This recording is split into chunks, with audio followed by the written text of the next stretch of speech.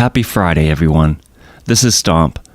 We're excited to share with you the story of Odin the dog, the 90-plus pound Rottweiler that found itself in need of rescue high up on Mount Washington's Amminusic Trail. We want to dedicate this episode to a number of organizations that stepped in to help bring this pup down to safety. They include the New Hampshire Disaster Animal Response Team, the Granite State Dog Rescue Organization, and the For Your Paws Only store in North Conway.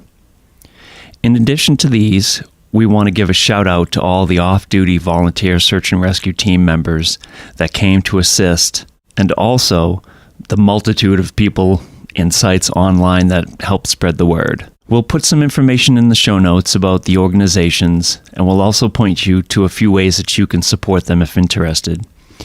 We hope you enjoy the show, and a huge shout out to all of the organizations. We really appreciate what you do. Thank you.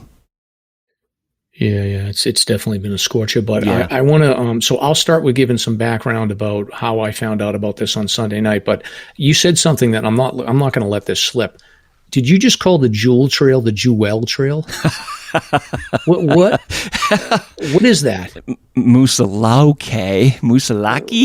So how do you pronounce the Jewel Trail? Jewel. What is the stomp? Jewel. That's how you pronounce it? Or Yeah, is that how it's pronounced? I don't know where I picked that up, but that's how I pronounce it. Okay. What do you, All right. Jeannine, Megan? Do you have any comment on that? I call it Jewel, Thank you. but I heard you say that, and I thought to myself, "Oh wow, I already learned something new. This is great." But there's two L's, so that's a well, Wow. right? I call it too. All right. Well, so we're going to move on from this, but I will say I tell people I don't want any feedback on the podcast, but in this one case, I want the audience to just reach out, comment on Instagram, and tell us what the pronunciation is, because I've never heard it called Jewel Trail. But anyway, Wait, here's another one. Ready? Wait. Triple I or Tripoli Road? That's another tough one. I guess it's Triple I, but. Broadcasting from the Woodpeckers studio in the great state of New Hampshire, welcome to the Sounds Like a Search and Rescue podcast, where we discuss all things related to hiking and search and rescue in the White Mountains of New Hampshire. Here are your hosts, Mike and Stomp. Stomp, we are here tonight. We've got a special episode that we are going to be recording here. So we're going to do a deep dive on the recent canine rescue that occurred on Mount Washington. But before we get into that, I gave you some homework for this podcast. Did you take your test? I did. You did? And I've got some stunning results. All right. Well, so we're going to be talking about dogs tonight. So we've talked a little bit about dogs in the past. I think on episode 5 we covered some details about dogs. But in preparation for this, I gave Stomp a test to determine what percentage he is of a dog person versus a cat person. So would you say, Stomp, are you a dog person or are you a cat person? According to the test, or in my own opinion? Well, so why don't you give your own opinion and then just tell the audience what the test results were? I'm begrudgingly a cat person at the moment, but I'm definitely very fond of pups, and I've had a pup in the past, and it was a Aussie, crazy Aussie. It was just the greatest dog, high energy. Ultimately, I had to get rid of it, though, because it was like eating all of my studio cables, and they need so much exercise and stuff like that. It's tough with a busy lifestyle. But we have 3 cats, so yeah, I guess I'm sort of a cat person. Well, what was your test result? So just for the audience's purposes, like, this is a test to tell what percentage you are as a dog person versus a cat person. So it's going to give you a breakdown of 100% and what your split is between dog and cat. I think it was pretty accurate. Yeah. It was like 30% cat, 65% dog. Okay. So very interesting. All right. So I took the test. Are you curious? What do you think I am? Boy. Definitely a dog. I'd say 70% dog and maybe 30 cat. Yeah, maybe so- even higher for the dog. Yeah, I'm much higher for the dog. So I'm a 90% dog person. So Wow. we're going to talk about this rescue. I was like, I wanted to just run out of my house and go save this dog because I was just freaking out. But I was a longtime dog owner, so I had a dog for like 14 or 15 years. And I didn't know that. That's cool. But I married an anti-dog person, so I've been trying for the last 21 years of my marriage to get a dog, and it's been unsuccessful. Wow. That's tough. Tough break. Yeah. I actually did. I went as far as I actually adopted a dog. I had a failed adoption this year. So I had applied for a dog, and I was like, I'm going to get a dog, and my wife was against it. But I think I got her, she might have had a couple of glasses of wine, and I got her to say yes. And then I never brought it up again. So she said yes, and I said, I'm going to go get a dog. And I moved forward, and I almost pulled the trigger on it. But at the last minute, my wife just was like, we cannot have a dog. I was like, I work from home. I can have a dog now. But she pulled the rug out from under me. So I had picked the dog out. I had picked out a Labrador Pit Bull mix puppy named Aurora. And I was ready to go. And a rescue? It was a rescue. She was in Tennessee. Okay. And I was ready to go. And unfortunately, my wife, at the last minute, right before I had to commit, changed her mind. And now I have no dog. Are you about to cry? You look like you're about to cry. Well, I think I need the audience to rally behind me and force Mrs. Mike to let me get a dog. But we can make that happen. Yeah, exactly. But anyway, that's the story of the dogs. So Stomp is a cat person. I'm a dog person, but I can't have a dog yet. So I'm working on it. I'm not intentionally a cat person. I'm forced into the cat realm here. Yeah, you are. I've had it up to here with the kitty fur balls and the puke and everything else. It's just, oh man. But that's 3 cats. That's a lot. Good luck. Well, good luck with you. But all right. So let's we're going to transition into the show here. So tonight we're here to talk about a rescue, and we've got a couple of guests with us. So anyone that has spent time hiking will most likely have run into a lot of dogs on the trail. And for me, there's nothing better than sort of rounding the corner and seeing a dog run along the trail, happy as can be, enjoying the mountains. So, along with the joys that dogs give their hiking companions, they're also subject to the same risks that their human owners face while hiking on the trails. We talked about this previously, but the Terrifying 25 list creators summarized it well on their website. Dogs will loyally follow their owners up or down any trail under any conditions. And this is often at their own peril. So tonight we're joined by Jeannine and Megan, who are going to share a story about a dog named Odin. Odin suffered some serious injuries this week and required a team of volunteers to carry him down the Amminusic Ravine trail.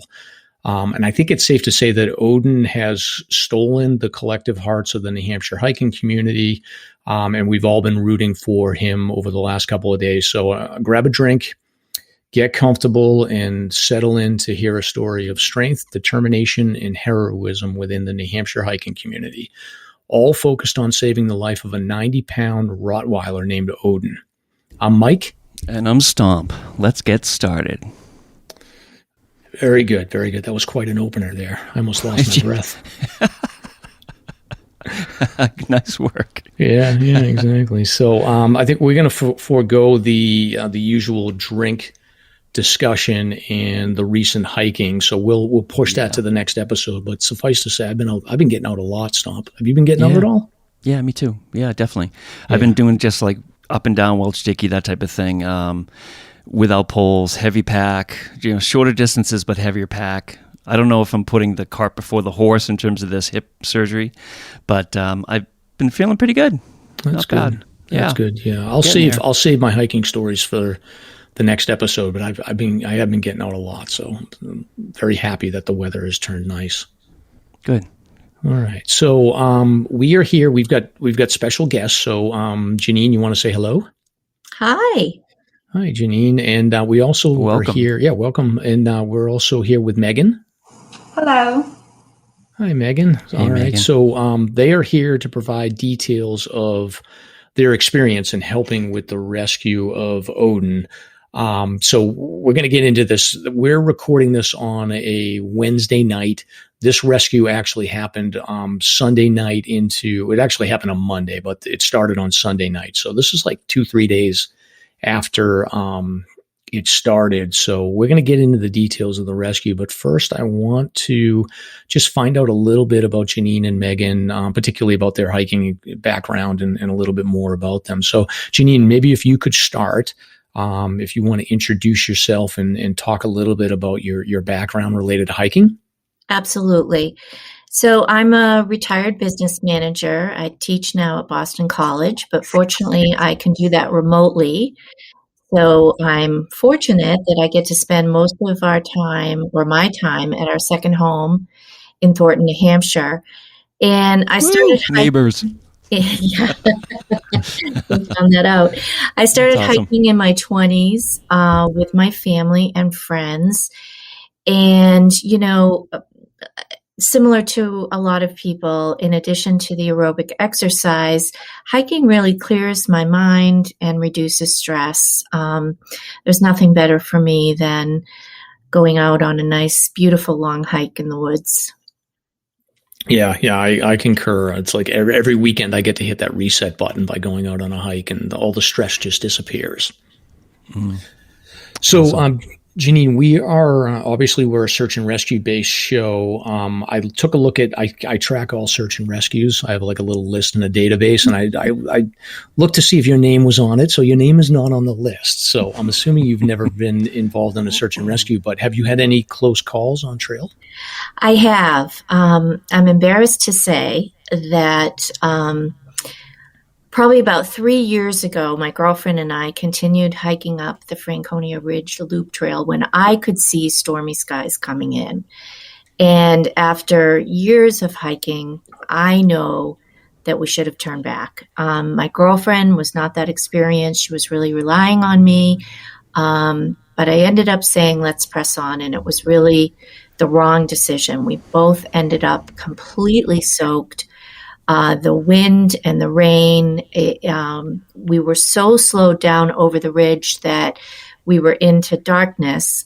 Fortunately, we made it to the Greenleaf Hut where we could stay overnight until the storm passed.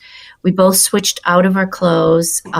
We found some clothes in the lost and found box, but I have to tell you that the hut crew just gave us the wool blankets after we had stripped all our wet clothes off. And they said, well, you can come to dinner with, just a blanket on. That's fine. So we did. We went to dinner with just the blanket on until we found the lost and found box. And I tell you now, I carry rain gear even on the sunniest days. Yes, exactly. Do you think, how far along the ridge were you before you had to make the decision of a go, no go? We actually had just gotten up to Haystack, and I could see the skies very clearly from there. It was absolutely the wrong decision. I looked at her and I said, I think we should go back down. And she looked at me and said, what? After that hike? I said, well, maybe we can make it across. Let's go fast. And literally halfway across, I looked at her and said, every person for themselves, just go. We've got to get to the hut. Wow. So, yeah, it was not my best decision. Yeah, that's interesting. So this is a scenario then you're an experienced hiker. You've got somebody, is this the first time they'd been on the ridge? Yes, first time on the ridge. Yes. Yeah. So the pressure is like, okay, I want to give my friend an experience, and you probably are stretching a little bit to get, to get them across when, if you were by yourself, you would have just said, forget it, I'm turning around. Oh, absolutely. I've turned back plenty of times. So, it was really a bad decision, but, I actually saw 2 through hikers. And I said to them, can we go with you? And they said yes, but their speed was so much faster that I lost them very quickly. And, that kind of played into it too. I thought if I went with them, it would be a better decision. But yeah, not a good decision. Interesting. So yeah, we talk a lot about Franconia Ridge, so it's not an uncommon story. So that was a good one, Jeannine. That's very interesting. So, cool. Now, how about you, Megan? Are you a local Thorntonite as well, or where do you live? I am not. I live in Bethlehem. I've lived here for about a year. I'm originally from upstate New York, but I got the hiking bug back in middle school, and recently I've really appreciated the certain hikes that I've done. I actually did Franconia Ridge Sunday morning. It was my first solo sunrise hike, so me and my dog did it. So I have like a personal interest in this rescue because I have a dog myself, and she comes hiking with me. She's done about 18 of the 48. So I make sure I always put her first because she can't really say if the hike is too hard, and I kind of know the certain cues for her. But yeah, we got up to the ridge Sunday morning around like 5. It was a beautiful sunrise. It was my first one by myself, and I was kind of riding that high into Monday morning. I did another 4K with actually Jen Adams, another person on SAR.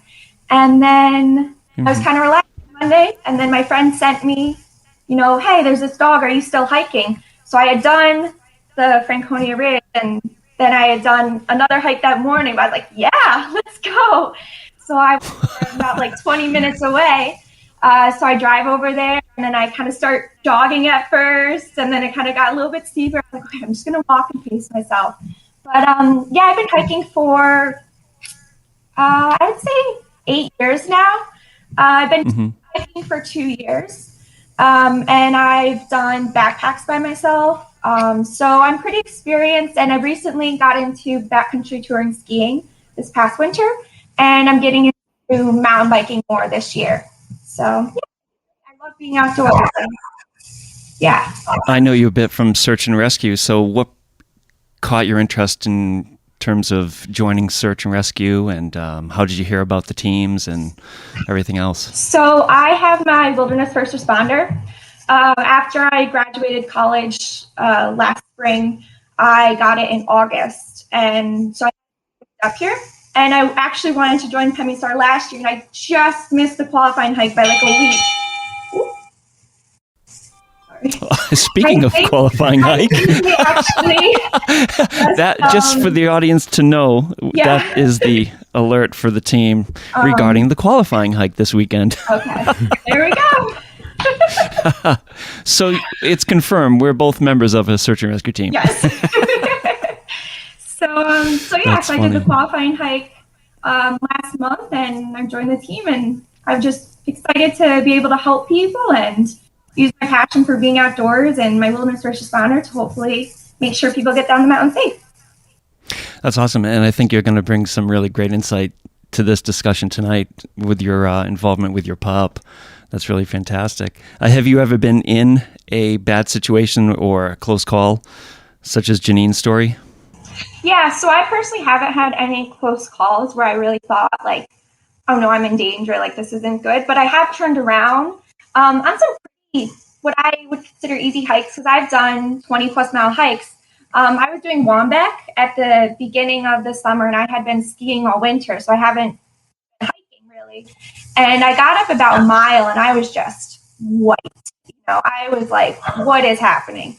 So I made the decision to turn around, even though it's classified as an easier hike, and I've done harder hikes before, but I really just wasn't feeling it that day. So I've turned around more often than, I kind of want people to know, like, it's okay to turn around. But I haven't had thankfully yet, any close calls. When I did my sunrise hike, it was definitely a little unnerving to hike in the dark at night, but I had multiple layers. I had like my rain gear, even though it wasn't supposed to rain. I had food. I had to stay overnight, like an extra day. So when I go alone, I try to be more prepared than I usually would be with a group. Mm-hmm. Yeah. So Jeannine and Megan, thank you so much for joining us. And again, we want to get into the story of the rescue of Odin the Rottweiler here. So, but before we got into it, we just wanted to introduce you a little bit to the audience. Mm-hmm. So I think we're going to transition now into giving some of the background about what happened here. So that's the key. I think I can probably start with sort of giving the background of where I first heard about this, which was the night before. So Stomp, before we get into the details of how this started, I think it would be helpful if you could give us a description of Mount Washington and specifically the Amminusic Ravine Trail in that whole area. Yes, the Amminusic Ravine Trail is actually a trail. It's the shortest distance to get to the summit. We all know, or most of us know, Mount Washington's the tallest peak in the Northeast. The Amminusic Trail is an 8.2 mile out and back trail, and it's located adjacent to the Cog Railroad on the southwest aspect of Mount Washington. There's a parking lot for hikers about a quarter mile before the Cog facility itself at the end of Base Station Road off of Route 302.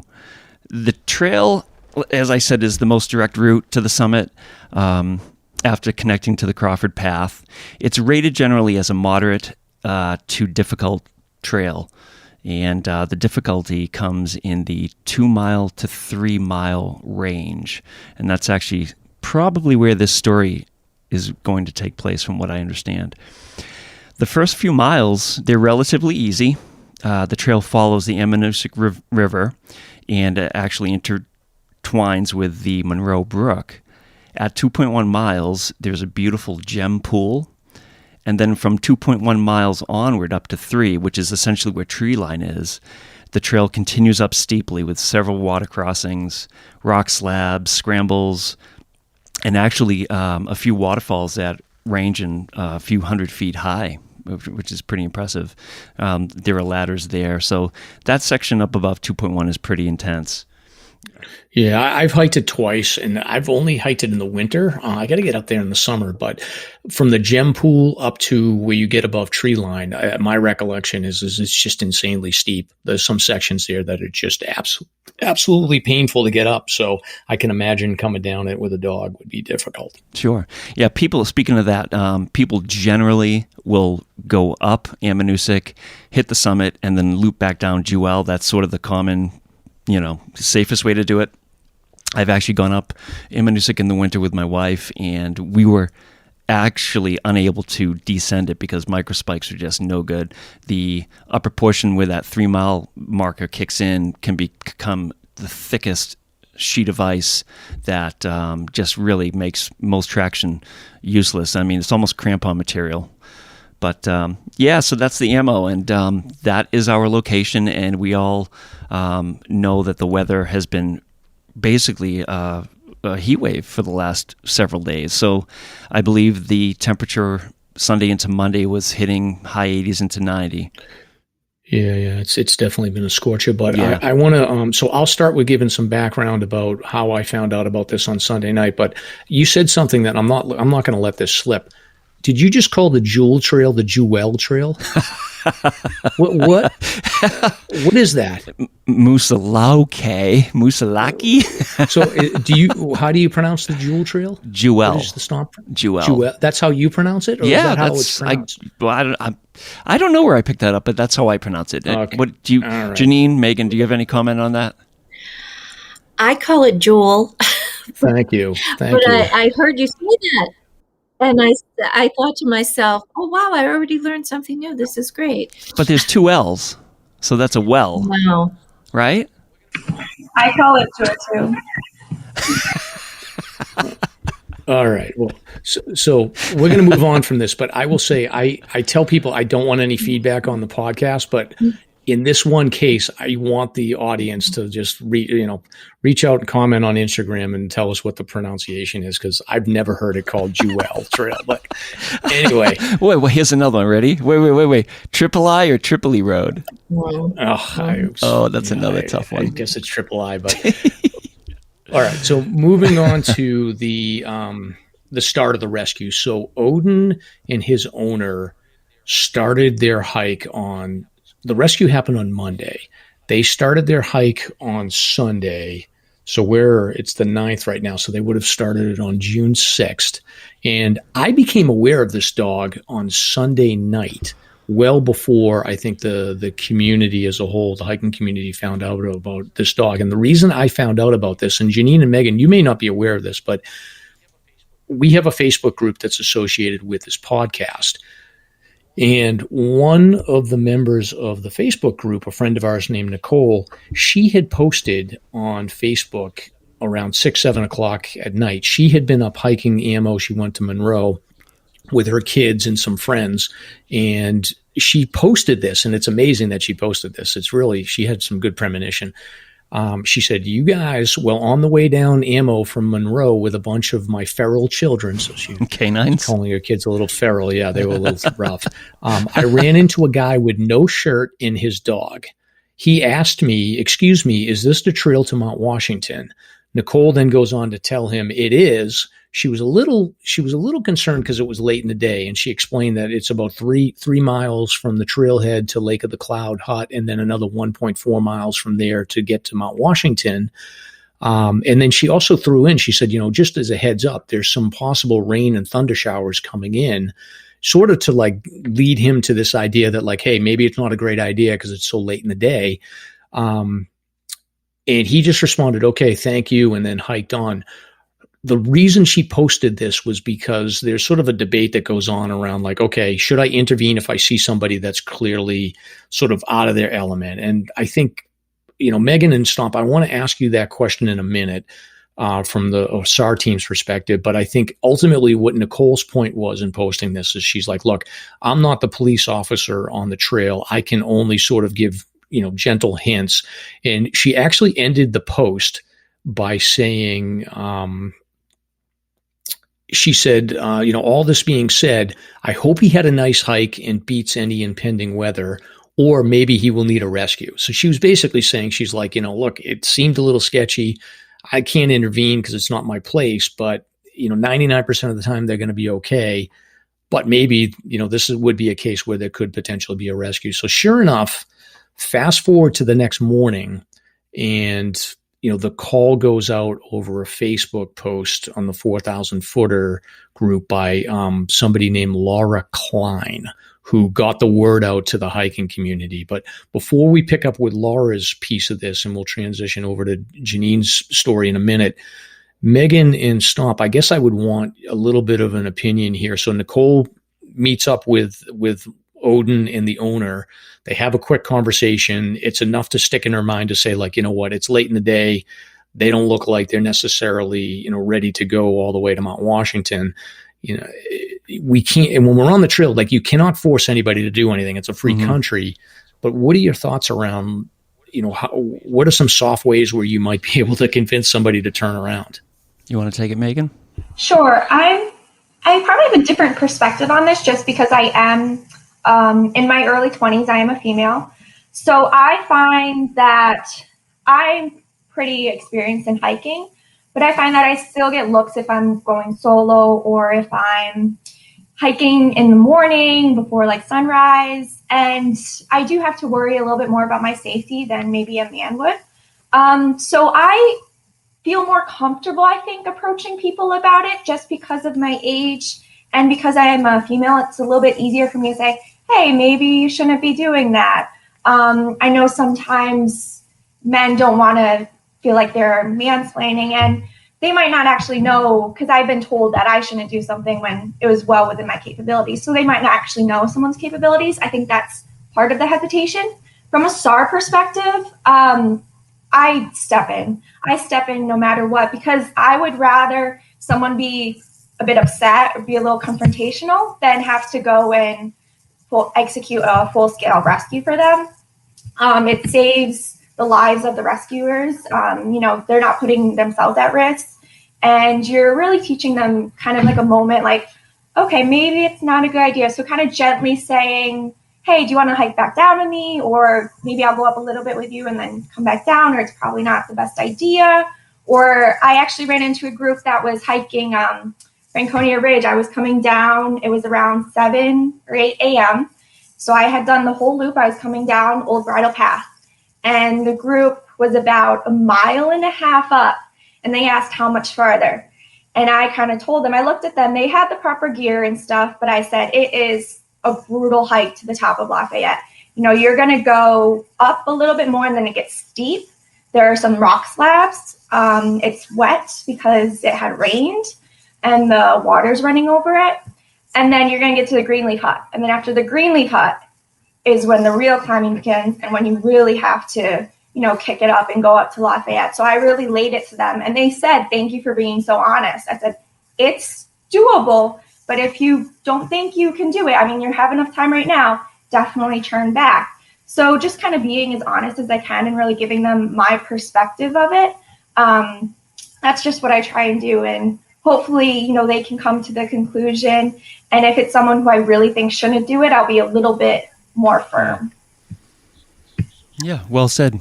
Yeah, that makes sense. So I think that's a perfect answer. Stomp, any thoughts on your side? Yeah, I mean, personally, I think it depends on each person that you encounter. You know, I typically try to assess somebody, you know, just their demeanor, their overall look, their gear.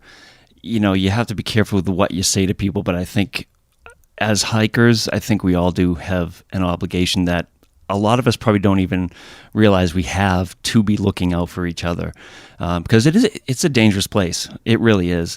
And I've become more comfortable over the years inserting myself into situations, but I do it in a subtle or a nice way. So, you know, just build up rapport if you have to initially, and then drop the, hey, what about those flip-flops? You know what I mean? Yeah. So I guess it's all in your delivery, but I think it's critical that we do intervene because, I mean, the number's 180 missions a year. It would be nice to cut those down, and I think part of that method of cutting that down would be to be more proactive, you know, whether it be the trail stewards at the beginning, hikers in the middle, hikers at the top, whatever. I do think there's plenty of room for nicely explaining and intervening without causing, you know, being offensive or being over the top. I think back to the one mission this winter with those trail runners. Like, you know, they did pass people. Did those other folks recognize what was going on? Did they have some inclination as to any trouble that might have been occurring or developing? You know, so it's important to be aware when you're passing people and just make a quick assessment. Yeah. And it's so hard. Like, I would be so afraid that I'm going to run into, like, you know, I'm going to start like questioning somebody that's like a really accomplished hiker and make a fool of or feel like I'm going to make a fool out of myself doing it. But I guess there's a lot of different ways that you can approach it in a soft manner. And I think it's clear from Nicole's post, like she definitely smelled something in this one where she was like, you know, this could get ugly, but at the end of the day, she's like, I did what I could to sort of give a warning. And she did. Yeah. 99% of the time it works out. And this 1% of the time, Odin got in trouble. So it's interesting. So anyway, that's a good perspective from both of you. It's a tough problem to solve. So I don't think we're ever going to solve it here, but I think think about some soft ways to sort of intervene and give people advice if you can. One more point.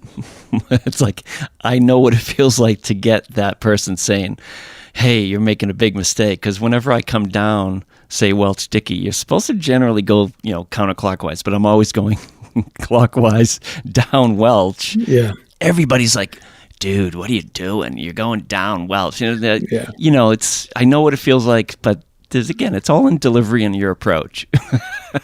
Yeah, well, not to mention your duct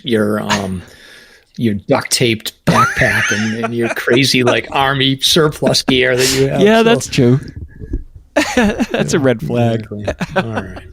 So anyway, just to lay the groundwork on the background. So Nicole spotted Odin and the owner on the ammo trail heading up around 3:30 or so.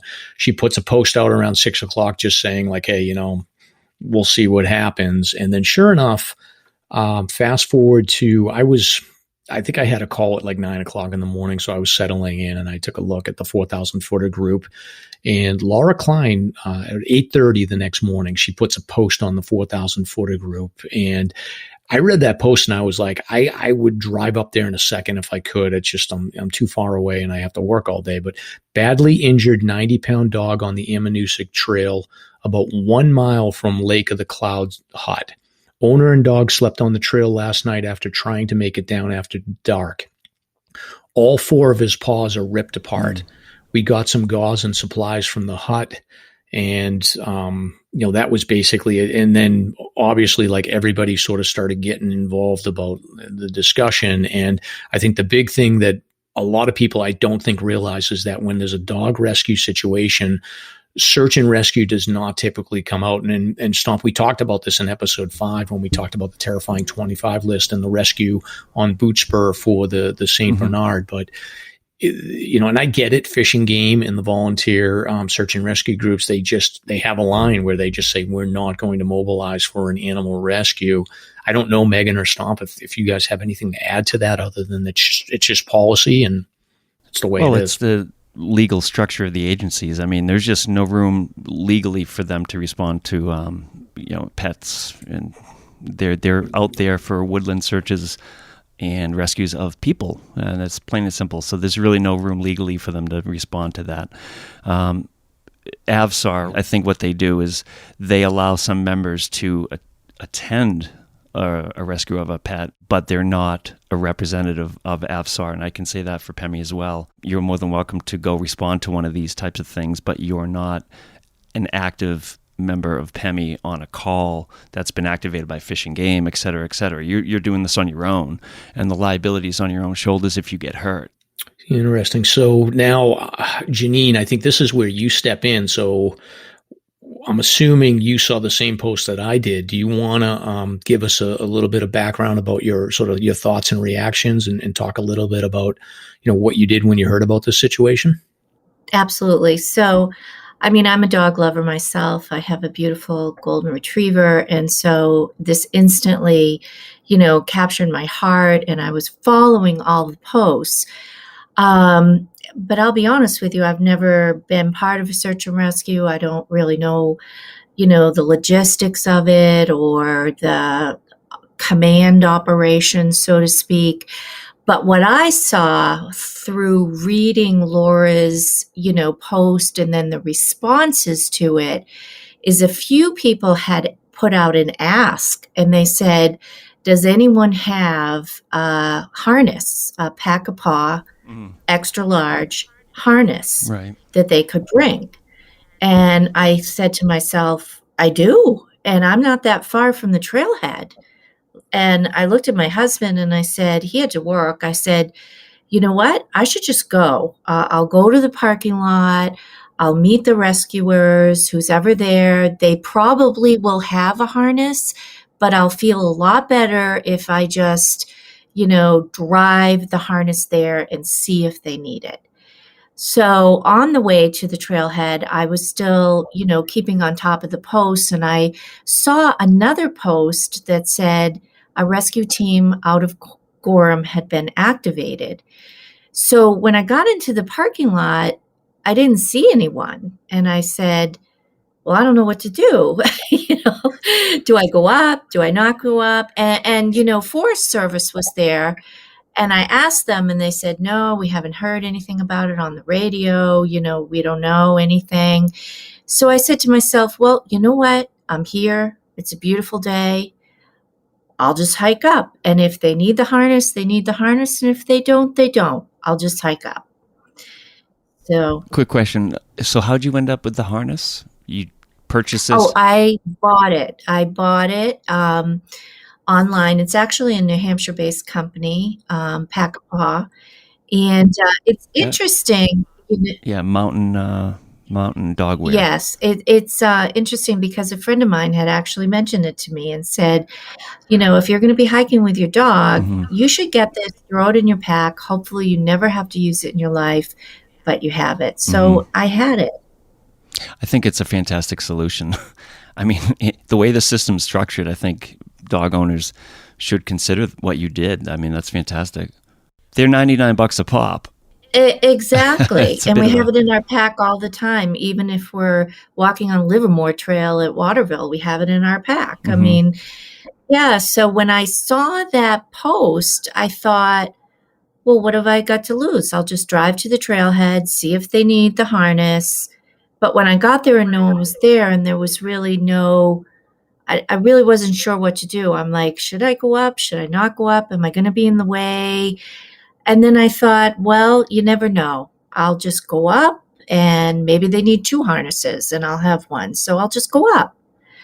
So that's how it started for me. And that's how I heard about the situation and really got involved. Now, it's interesting. So the call went out on Facebook at 8:30. There was definitely a number of people that were talking about like, okay, you know, Fish and Game is aware. To me, I was like, all right, my guess is that AMC, somebody from the hot crew is going to get on the scene on this thing, or, there'll be people mobilized. But you must have been like, where is everyone? Like, I would have expected an army to be in Amminusic by 9:30 after that happened. Right. So I pull in, kind of got that adrenaline going, and I'm like, no one's here. And that's when I saw Forest Service, and they were, cleaning up litter. And I said, oh, have you heard about the dog? And they're like, no, we haven't heard anything.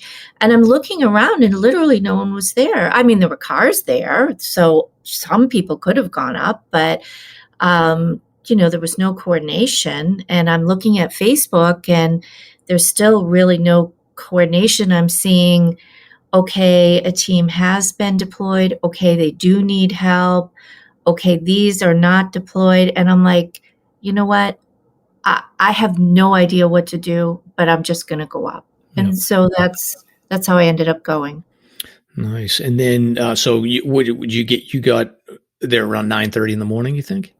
I got to the trailhead at 9:30. I got up there probably around noon, and 9:30, 10:30, 11:30. Yeah, probably around noon, maybe 12:30. Yeah. How was the hike? Was it because it was hot that day, right?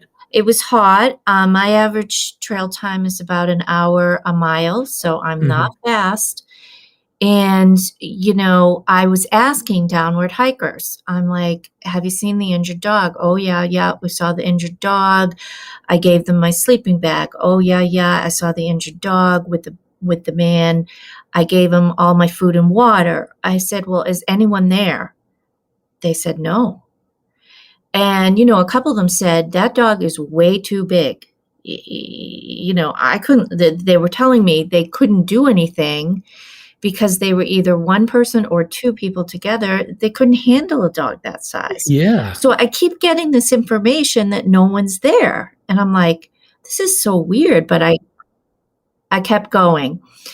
So I get there, and I'm the first one there, which is absolutely shocking. I mean, like I said, I'm a mile an hour hiker. I'm like, oh my God, I'm the first one here. I can't believe this. Wow. And what, yeah, wow. That is, and it's surprising, but like, honestly, Jeannine, like Stomp talks about this all the time. And he says, Stomp, you've said this multiple times, like people think that like something's going to, I need a rescue and somebody's going to be there within an hour or two, like a search and rescue team that's deployed. Like, yeah, 3 to 4 hours is pretty normal, but for a dog where there's no organization that's ready to go, like it probably ended up taking like 6 or 8 hours to really mobilize everybody. Yeah.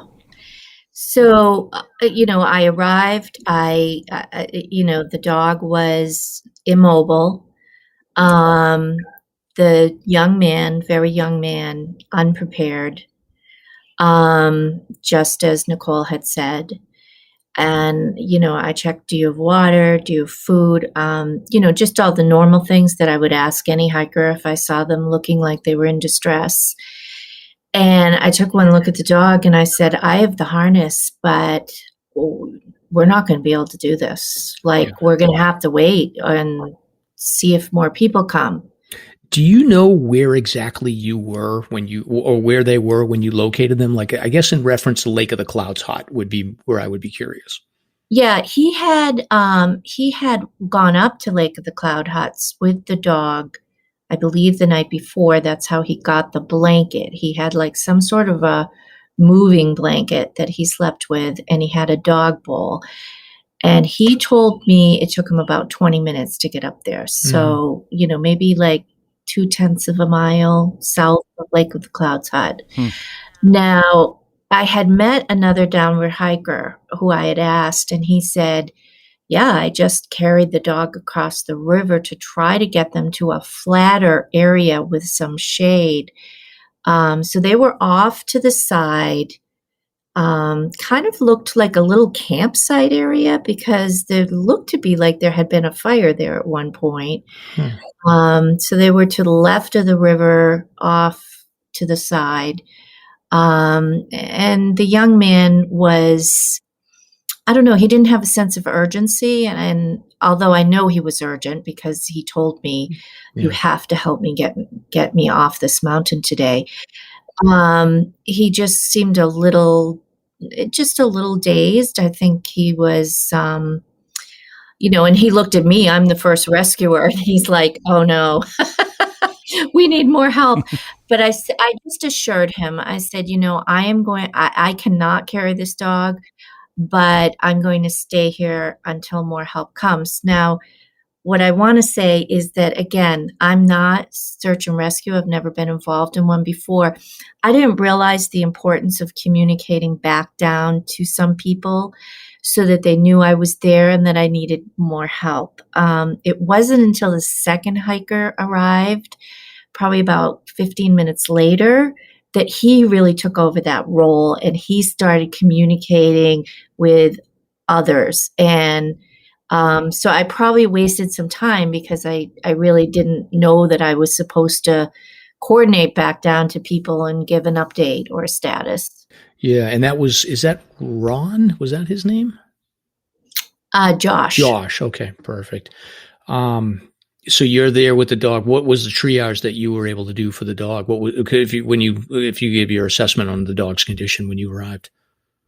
Well, he, his paws were already wrapped, so they had already gotten gauzed and wrapped his paws, so I couldn't see it.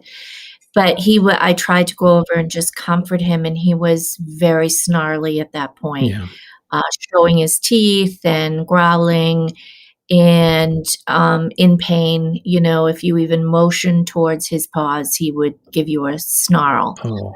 So he was very uncomfortable. Now, I said to the boy, you've been drinking water. Has the dog been drinking water? Yes, yes. Do you have food? Yes. And I've been giving the dog food. So the dog was conscious, absolutely conscious, but very uncomfortable.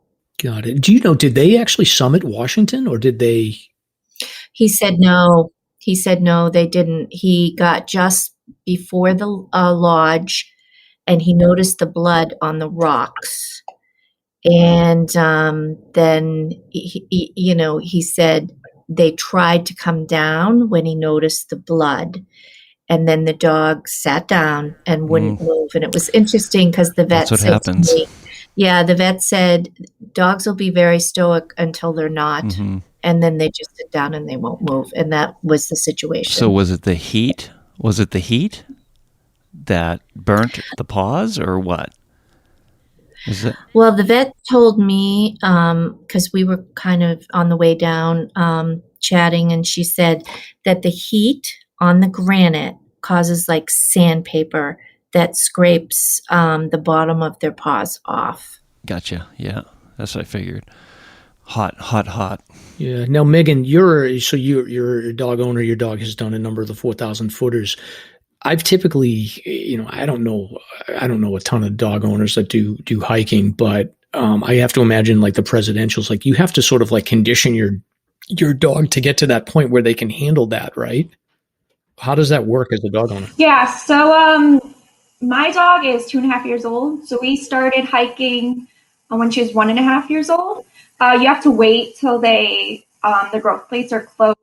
And for bigger dogs, it takes a little bit longer. She's about 30 pounds, which is the perfect size for me because I do carry a harness for her. So if I need to self-rescue her off of a mountain, I'm able to do it by myself. And I have actually used the harness before to get her across a water crossing. So it's definitely come in handy. For the peaks that have more rock exposure, I carry mushers and I just frequently check her paws. I reapply. She is a very active dog, so I haven't had to do too much conditioning other than walks and just repeated hikes and making sure that I don't take her out when it's really hot. So we do early morning or later evening hikes. Mm-hmm. It's really important though, because she has gone. One time we did do a hike. We did the Carter Mariah Traverse. So this was back last year, around September-ish. So she's pretty new to hiking. And I was just going to do the Carters, and then my friend really wanted to do Mariah. It's like, okay, so let's do it. And she got to about a mile before the end of the trail, and she ended up sitting down, laying down, and she was just like white. So thankfully it was only 3 p.m. So we hung out there for a couple hours and let her recover and stuff. And that's the only time where I've ever realized like she got to her breaking point. But usually you have to be careful with dogs too, because if they're off leash, for every mile you do, they run back and forth. So I try and keep her on leash, especially for longer hikes, because that allows me to control how much mileage she's doing. But yeah, it's hard because they can't speak for themselves. So you really have to be in tune to your dog and make sure that you're checking up on them, continuously giving them water, giving them food, making sure that you're forcing them to drink and stuff. Got it. And Jeannine, with your dog, do you take your dog out on big hikes, or is it more smaller local hikes? Smaller local hikes. No, he's never been on a 4,000 footer or anything like that. Okay. So just bringing it back to the, so Odin, you're there on the scene. You've got the sling. Odin is okay, but like not in a great responsive place for humans. And then Josh shows up and starts sort of updating social media. What's next? Josh gets there, and are you feeling like, okay, now we got a little bit of progress here? Yeah, I definitely. I mean, Josh jumped right in and slung the blanket over a rope. He rigged up a rope so we could all have some shade. He was on the phone with For Your Paws Only, a store in North Conway, and that's I think the owners are instrumental in the New Hampshire Disaster Animal Rescue Team, or New Hampshire DART. And, he just kind of took over, but he's looking at me, and the owner, was on the lighter side. I'm not sure he could have carried the dog. So we're still kind of thinking we can't move or do anything. And Josh is the one to make that decision. He said, we're going to continue to hold until we get more help. Got it. And then there was anybody from the AMC? Oh, well, the hut's not staffed at this point, is it? Or is it staffed? Lake of the Clouds. I'm not sure. I never even made it up there, so I don't know. Got it. But I think they are open. I think they are. Yeah. No, I have a question. Was Granite State Dog Recovery, was that the outfit you were talking about? They were trying to... No, the one Josh was involved with is, I'd have to Google NH DART, D-A-R-T. What they do is, and Megan, you may know because you may be familiar with them, but they do, like, if there's a disaster in New Hampshire, like maybe a tornado, and animals, like farm animals, are roaming in the street or dogs are lost, they will go in and set up a shelter. So in a disaster situation, they are a nonprofit organization that, cares for the dogs or the animals that may need caring. And that's their role. Got it. So it sounds like there's three. So there's the Granite State Dog Recovery, which I know they were posting, looking for volunteers to come up. Right. There's the For Your Paws, which is the store in North Conway that was involved in the rescue for the St. Bernard that we talked about in episode 5. And then we've got this group DART. So I think it sounds like to me, and I definitely saw this on social media, is that all those organizations were putting out a call for volunteers. So obviously you and Josh are there with the dog. So you took some steps to make sure that the dog and the owner were a little bit more comfortable and prepared for at least getting up or down. At what point do you reach a critical mass of enough people being there where I'm assuming the first decision is up or down, right? Right. So within 30 minutes, there were 6 rescuers plus the owner. And at that point, we felt we had enough, I'll call it muscle power. Right. That's my question. think about even moving this dog. So we start to go into the whole decision process about up or down. So, we've said, well, up's closer. We could potentially take the cog down, or someone could drive up. But on the negative side, we would be out in the hot sun. There would be no soft space to put Odin down if we needed to put him down on some soft dirt. We knew that going down was longer and harder over the rock slabs. But the biggest decision was the fact that by the time we got ready to mobilize, it was probably, and I'm estimating on the times here, maybe 2:30, 3 o'clock, and we were getting very concerned about time with being stuck at the summit. So we knew the Cog Railway closed at 4:30. The Auto Road, I think, closes at 5. So, and I know Josh was on the phone with the For Your Paws Only, and they even suggested try to go down. So we decided on going down. So then we had to get the harness on him. We rigged up a makeshift muzzle. So it was made out of fabric, and we tied it around his nose and then over his head in a bow. I mean, he Cute. but that actually calmed him down. And then 2 of the guys said they'd give it a go. And, I think we capitalized on everyone's strengths. Just the 2 guys who thought they could do it. Another 2 women who were there and very supportive. One of them had contacts at the summit, so she was able to call and get information about, could we ride the train with an injured dog? And they said, yes, but you have to be here at 4:30. And we're like, well, we don't know. We're going to be there at 4:30. And, we all pulled together, and, first time ever I've hiked down with multiple backpacks on.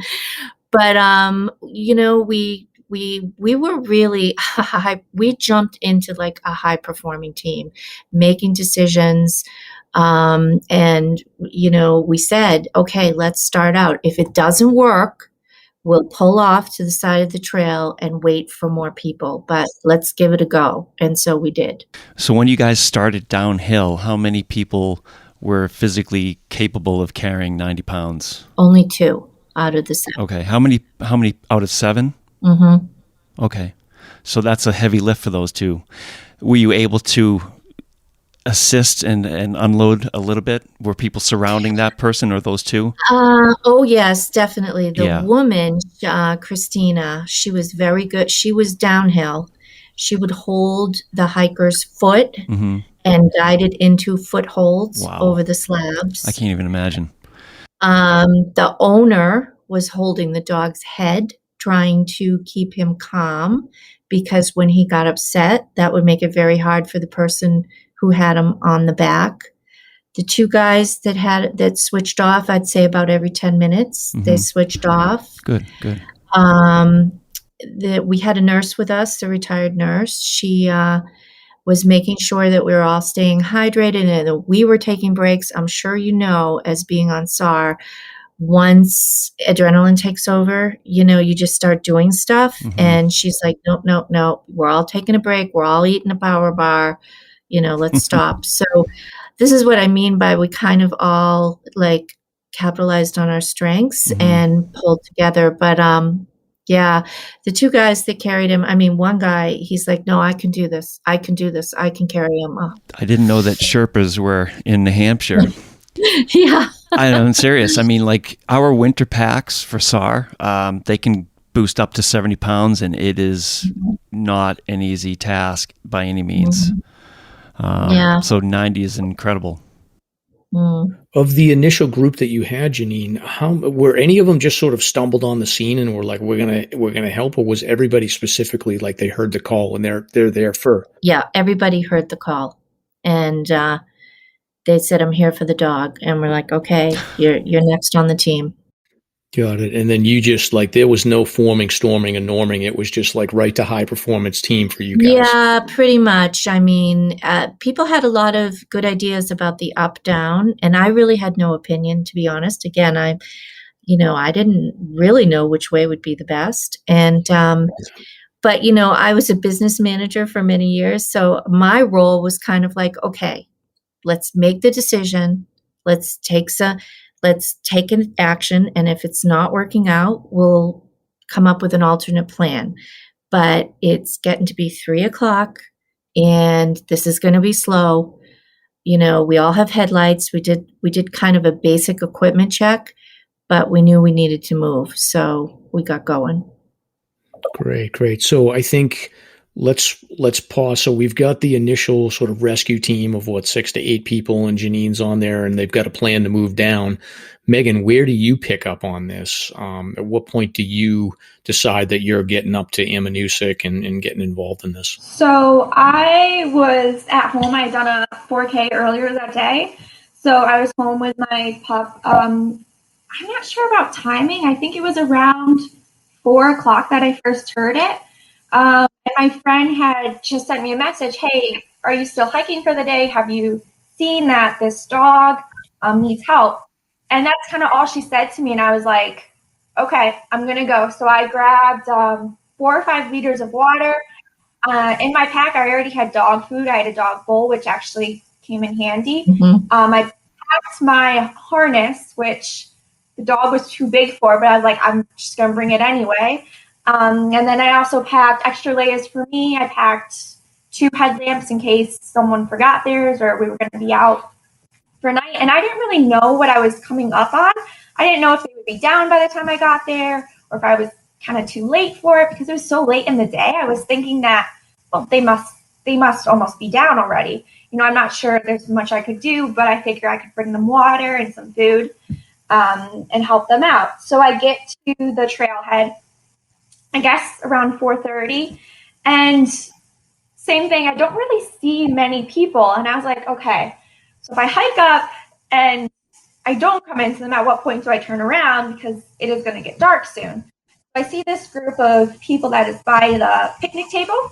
And I ask them, hey, do you know if the dog is down? Is he okay? And they say, no, he's still up there. I heard he's pretty far up and he still needs help.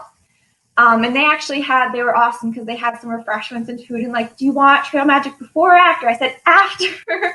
So I grabbed my pack and I started to kind of just lightly jog up the trail. It's pretty flat for the first mile or so. Yeah. I asked a couple people that are coming out. I was like, hey, do you see the dog? Where are they? And they said, oh, no, he's way up there. And someone else said, oh, there's about 9 people there. I was like, okay, do they still need help? And they're like, so I don't know, but they weren't sure. And I kind of wasn't getting a lot of information from these hikers. So I was like, I'm just going to go up and see if they need help. And then if not, then I'll just come back down with them.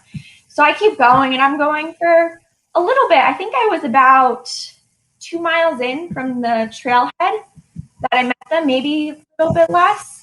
But about 2 miles, and I came across some people, and I thought they were just hikers at first, and then I realized that they had this dog with them. So I was like, hi, my name is Megan, like, here to help. I'm for the dog. What can I do? And one of the things actually ended up being, he's refusing water. So it seemed like he hadn't drank for a while. So I asked the owner, I was like, can I try something? I actually, I work with a team of sled dogs. So I have experience with not only my dog, but other dogs as well. So I did a trick where you put water and food into the same bowl, and the dog will have to drink the water to then get the food. So we did that a couple of times just for him to stay hydrated, and it works. So if there are any dog people out there and it's a hot day and you can't get your dog to drink, mix in some food in the bowl, some dog food, and they'll have to at least get some water while they're getting the food. And then I just showed up at the scene, and they were like Jeannine said, they already had everything together. They were already working super well. It was like a professional team by the time I showed up. I was very impressed. Good. Wow. Now, Jeannine, so just going back to that initial. So you got moving around 3:00, and you had the sort of the two primary folks carrying, and then you're carrying their backpacks. I know that section where you sort of cross the, there's like another waterfall there, and you start sort of crossing. It gets really steep down there. There was 6 or 8 of you at that point? There was actually the young man's mother had hiked up after about us hiking down for 45 minutes. So there was 8 in total, probably, when we got to that, because there were 6 rescuers, the owner, and then his mother hiked up. And so, yeah, there were 8 of us at that point when we crossed that waterfall. Wow. And I can tell you just from like watching it from afar. So I was working the whole day, but I think I logged in around like 1 or 1:30, and there was somebody in your party, the gentleman that had just been recently like through surgery and was like that. He was the one that, like, I think around 1:30 or so, he's like, look, we need help here. And I think that's when it really, like, the lesson I learned on this one, and Stomp has told me this so many times, but the amount of time it takes to actually mobilize a rescue and get to the victim is way longer than people think. Like, I think that everybody read that post by Laura and was like, oh yeah, so, there'll be a bunch of hikers magically up there that are all going to help. But it sounds to me like there was hikers around, but like, you can't depend on just random hikers out there. Like, they're just moving on with their lives and saying, like, I'll do what I can, I'll give a sleeping bag or water or food, but I'm not sticking around. I've got my life to live. So that's probably the biggest lesson that I learned on this one, or at least got confirmed from what Stomp used to tell me, is like, it takes a long time. So we're talking 8:30, the word is out. 3:00 is when you really start mobilizing. And then as you're making your way down, was there any, like, in those steep sections, there must have been some scary moments. Yeah, there were definitely. Like I said, we were, the one woman, Christina, was trying to guide the carrier's feet into footholds and hold them there. Those rock slabs, and just so that they wouldn't slip. There were parts where, we were slipping, and, people were holding like the back of the dog harness, trying to give some leverage to the carrier. But I'm telling you, this group had a can-do attitude. I mean, everyone was like, we are getting you down safely. One step at a time, just one step at a time. That's it. So, it was, as I think it might have been Stomp and you, Mike, just talking about the trail itself. I mean, to be honest with you, I'm not sure I would have chosen to go back down that way if I had hiked that trail for recreation. It was very steep, and we were very slow. I mean, one step at a time, very slow. So that's why we hadn't made that much progress by the time, the word went out. So yeah, the one member of our group, he had just had leg surgery, and he said he was out for let me test out my legs on a small little hike. And he saw the post, and he's like, I have to go up. So he gets up there, and he's like, I can't carry, but I can be on social media the whole way down. And we're like, perfect. Okay. You're the social media guy. Wow. Yeah. And I think that his actions on social media, Megan, that's probably like, because all of a sudden, like this, the word started getting out around 3 or 4 o'clock that, like, hey, they're not as far. Like, first of all, like, everybody assumed that you were way lower than you were.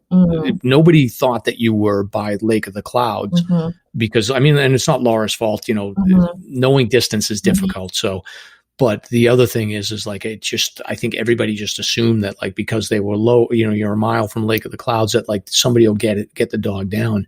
I think once that person started posting on social media that, hey, we need help and we're in trouble, that's when the word got out. And Megan, that makes total sense on why your friend would have said, like, hey, they still need help. Yeah, definitely. I knew that it was going to take a while, for people to show up, but I thought for sure by the time I got there would be more people than there were. There were probably somewhere in the teens, like low teens and stuff when I got there. Not as many as I thought. Yeah, exactly. And by that point, though, we had people from that DART who had brought a fold-up litter, And so we had moved him off of a person's back, one of the guy's backs, into the fold-up litter. So I think, was he on the litter, Megan, when you arrived? Yes, he was on the litter. Yes. Yeah. Oh, that's better. So you can get more people on the litter and On the litter. reduce the weight. So when did the dog get into the litter? Off the steep section? At the gem pool. Oh, okay. So you still had a challenge ahead. So, Yeah. The litter didn't necessarily help the situation too much, but maybe a little. Yeah. Tough terrain. Mm-hmm. Wow. did you, Jeannine, was it like, to me, it sounds like it would have been like a sort of a crescendo of like, okay, this is going to be really hard. And then all of a sudden you probably started feeling more and more hopeful with every person that showed up Absolutely. there. Can you talk a little bit about that? Yeah. I mean, the social media guy kept saying, well, this person's asking if they should come. And we just kept saying yes. Just tell everyone yes. And he's like, well, this is a vet tech. Should they come? Yes. Should a vet come? Yes.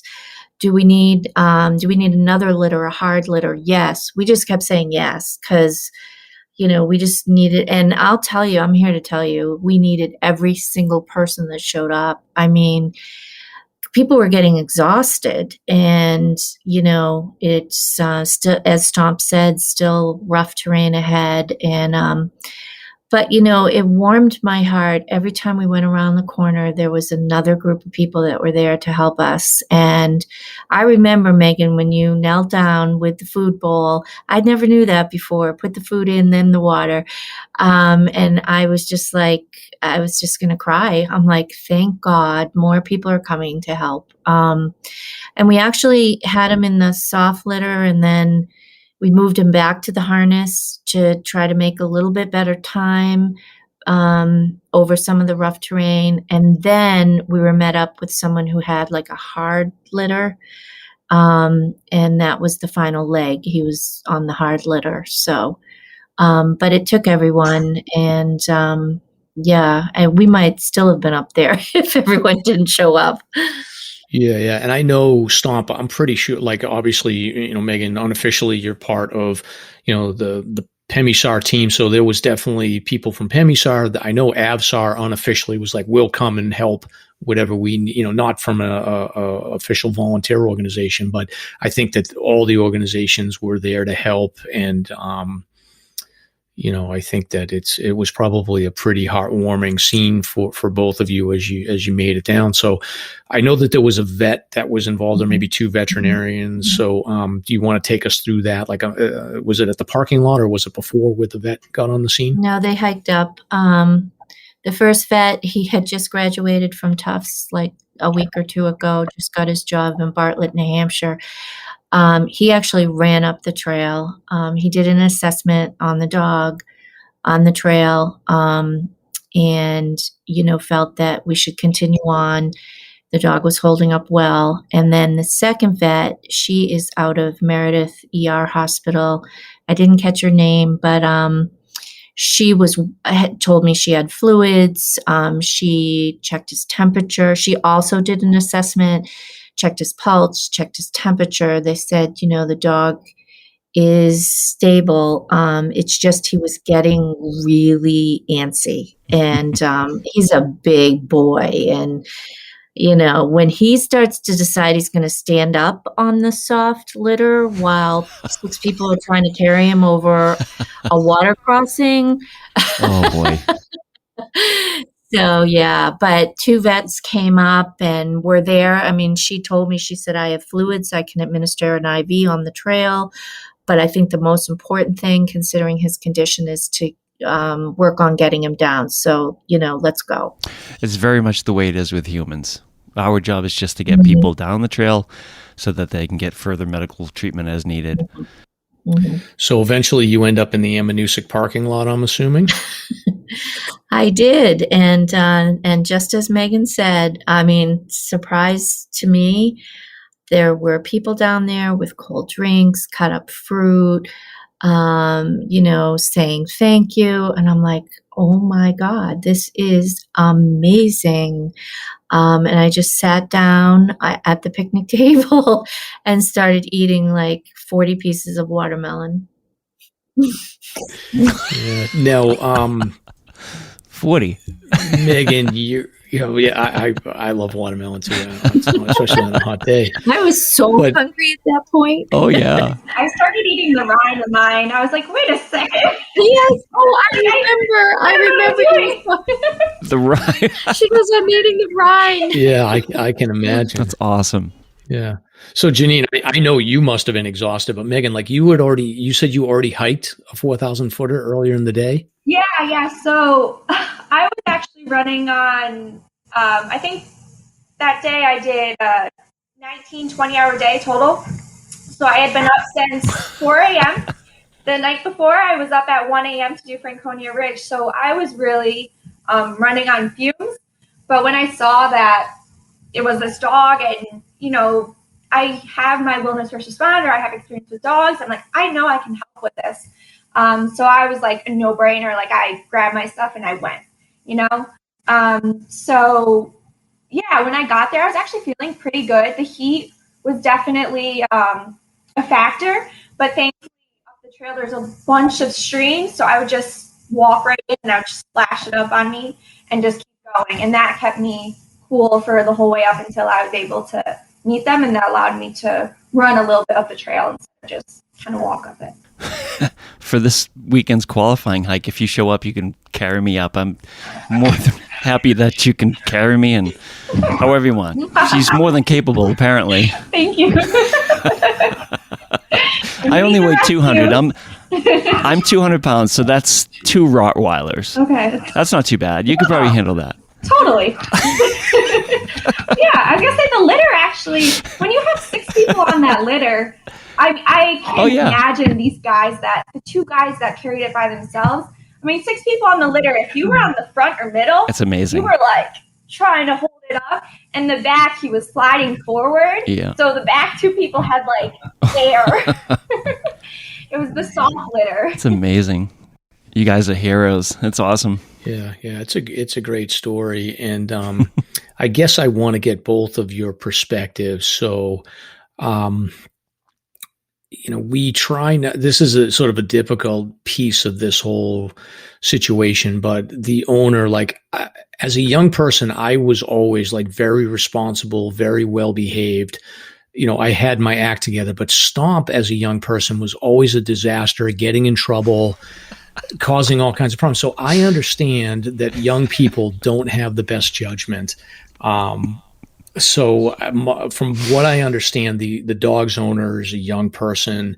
Nicole was very clear that her read on the situation was that this is somebody that probably didn't have deep experience in the mountains. And I think I track a lot of search and rescues. I basically plot every media related search and rescue event. And what we find is, especially when it comes to younger people, I used to sort of say like, oh, they're just behaving recklessly. But I think that there's an element here. I'm sort of evolving my view on this. And I think that there's a very strong element of some people just don't know what they don't know. And they want to get out and they want to experience the mountains. And there's so many variables to safety when it comes to the mountains that they just don't know any better. And I think in this situation, I have to imagine that that's exactly what happened here, is that you just had somebody that had no context, no experience, and just they walked past that. It's the same thing, Jeannine, when you talked about, you just went past that line on Franconia Ridge and you knew better. I don't think that this owner knew any better, but I don't know, Jeannine, you probably spent the most time with him. Can you sort of give your perspective on it, as far as the responsibility and the actions of the owner in this case? Yeah, I mean, he was a young man, wearing sneakers, and he did have a shirt on when I got there, but shorts, I don't think he had any idea what he was getting into as far as trail difficulty, how prepared he was, or his dog, how fit his dog was for that type of hike. I mean, yeah, a big Rottweiler, but guess what? His pads weren't prepared for that. granite, and maybe even a dog who had prepared pads should have had booties on or something. But I will say that I give him credit. He stayed with the dog. He never left the dog. He stayed overnight on Mount Washington with no supplies with the dog. And so there was a deep love and caring for that dog, and I do respect that. But I absolutely feel that he had no idea what he was getting into. When I first got there, he kept looking at me and saying, we're going to get down, right? I'm like, we are going to get down, but it's not going to be with just me. So we're going to have to sit tight. You got, be patient. We're going to work this out. But, I think he just thought we were going to, I don't know what he thought. Like, I don't know.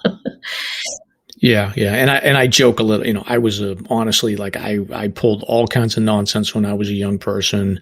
Nothing to this extent as far as with a dog, but like I said, like, a lot of times in these situations, people don't know what they don't know. Yeah. And they walk past that red line and they're in trouble before they know it. So I don't know, Megan, did you get any read on it? I know you were probably in a bigger group of people, but what are your thoughts here? Yeah, I still had a couple conversations with him, and I think he absolutely loved his dog. And I think same thing Jeannine said is he just wasn't sure what he was getting into. And I see it myself. I have a lot of friends in that age group. I have a lot of younger friends, and I try and do my best to educate them and help them get into hiking. But there is just a lack of information. If you're not in the hiking community, you don't really understand 3 miles is not 3 miles when, you're going up 3,000 feet of elevation. It is very different, especially with the type of trail. It wasn't a dirt trail either. You had rocks on it. So I think he just really, truly didn't know what he was getting into. Yeah. I love that the dog's grandma showed up too. The dog's mother. Oh, it's the dog's mom. Oh, so it's the well, son. it was the young man, his mother showed up. So I guess you could call it the grandmother. I'm not sure if it was his dog alone or a family dog. I never really got. It was a family dog. Okay. Got it. All right. So clearly this family, they mobilized to be with the dog. So they did. They drove up from the Cape. She told me, she said she had no idea he was even doing that. So yeah. It's a long ride home for him. Oh yeah. That's interesting. What are you doing with our family dog? Oh boy. Yeah. So I have, I have some thoughts on wrap up, but Stomp, I don't know. Did I miss any questions? Anything you want to cover with?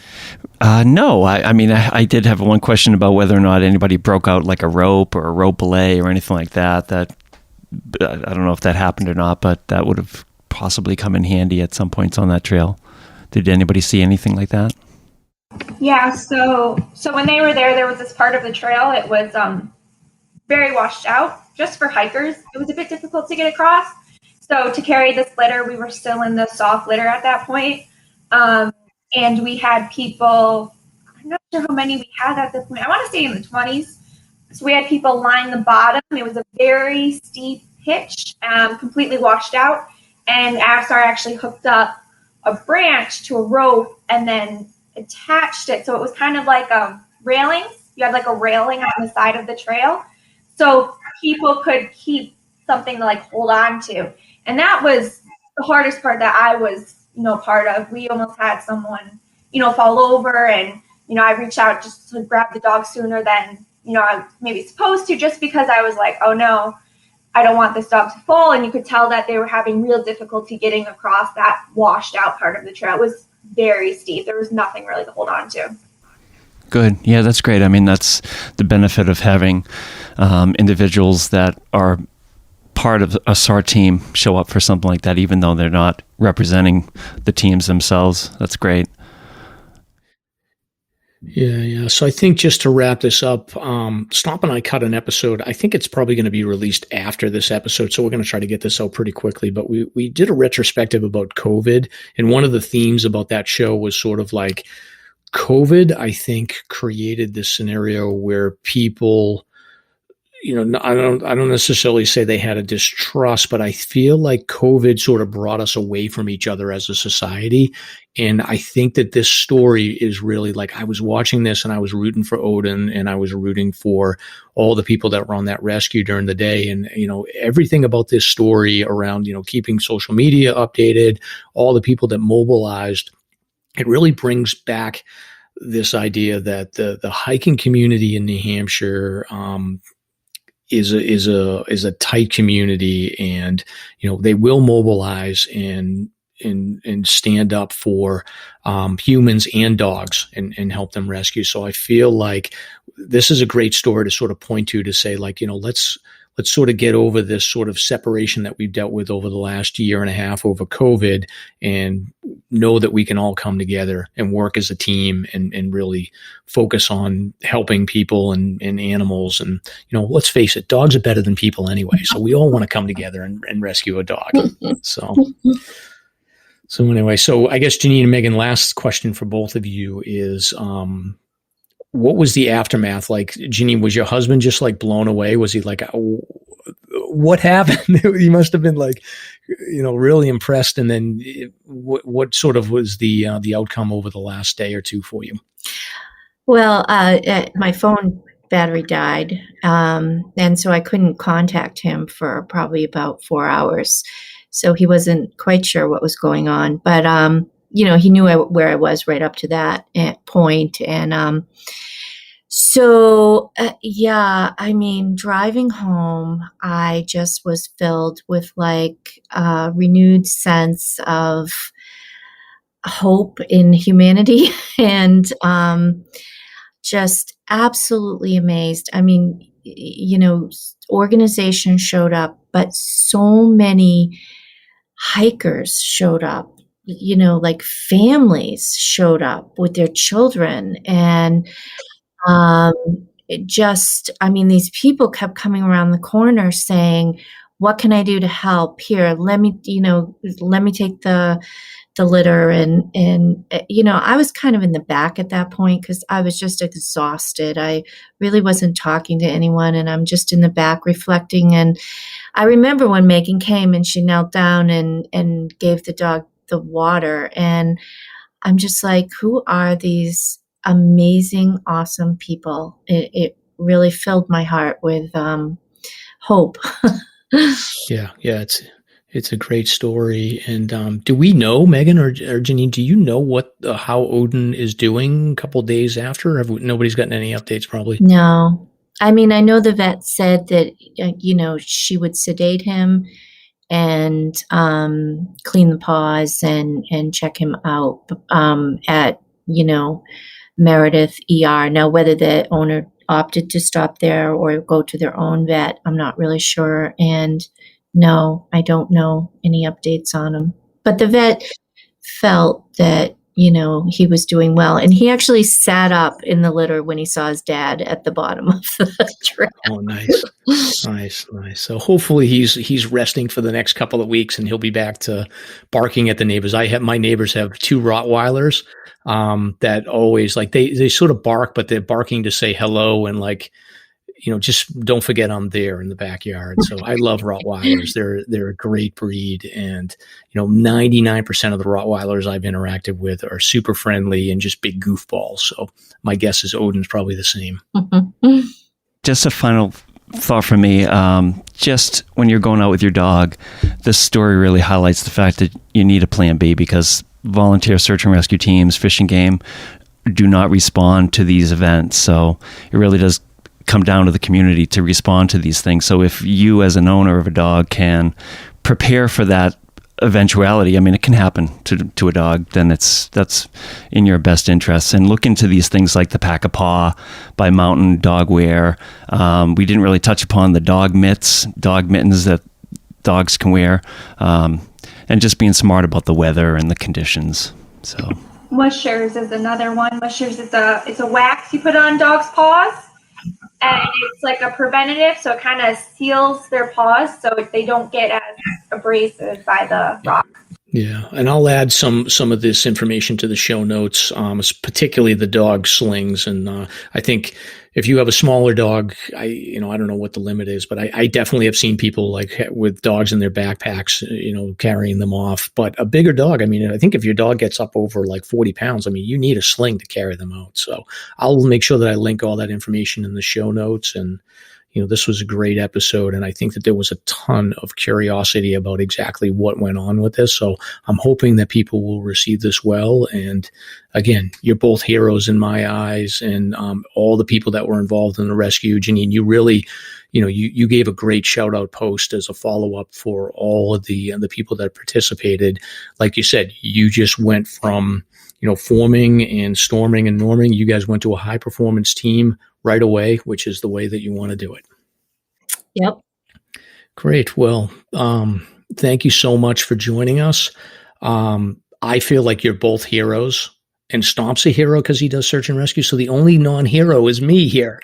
So I've got to work on something in the future, but this was a great story. And, like I said, I think that this is a story that brings the whole hiking community together. I can tell you that like everybody was watching this, and you guys pulled through and you did it. So congratulations. Yeah. Thank you very much, guys. Thank you. Thank you for listening.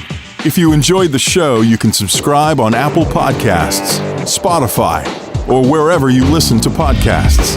If you want to learn more about the topics covered on today's show, please check out the show notes and safety information on SLASRpodcast.com. That's SLASR podcast.com. You can also follow the show on Facebook and Instagram. We hope you'll join us next week for another great show. Until next time, on behalf of Mike and Stomp, get out there and crush some peaks. Now covered in scratches, blisters, and bug bites, Chris Staff wanted to complete his most challenging day hike ever. Fish and Game officers say the hiker from Florida activated an emergency beacon yesterday morning. He was hiking along the Appalachian Trail when the weather started to get worse. Officials say the snow was piled up to 3 feet in some spots, and there was a wind chill of -1 degree. And there's 3 words to describe this race. Do we all know what they are? Only one hill! Here's Lieutenant James Neeland, New Hampshire Fish and Game. Lieutenant, thanks for being with us today. Thanks for having me. What are some of the most common mistakes you see people make when they're heading out on the trails to hike here in New Hampshire? It seems to me the most common is being unprepared, and I think if they just simply visited hikesafe.com and got a list of the 10 essential items and had those in their packs, they probably would have no need to ever call us at all.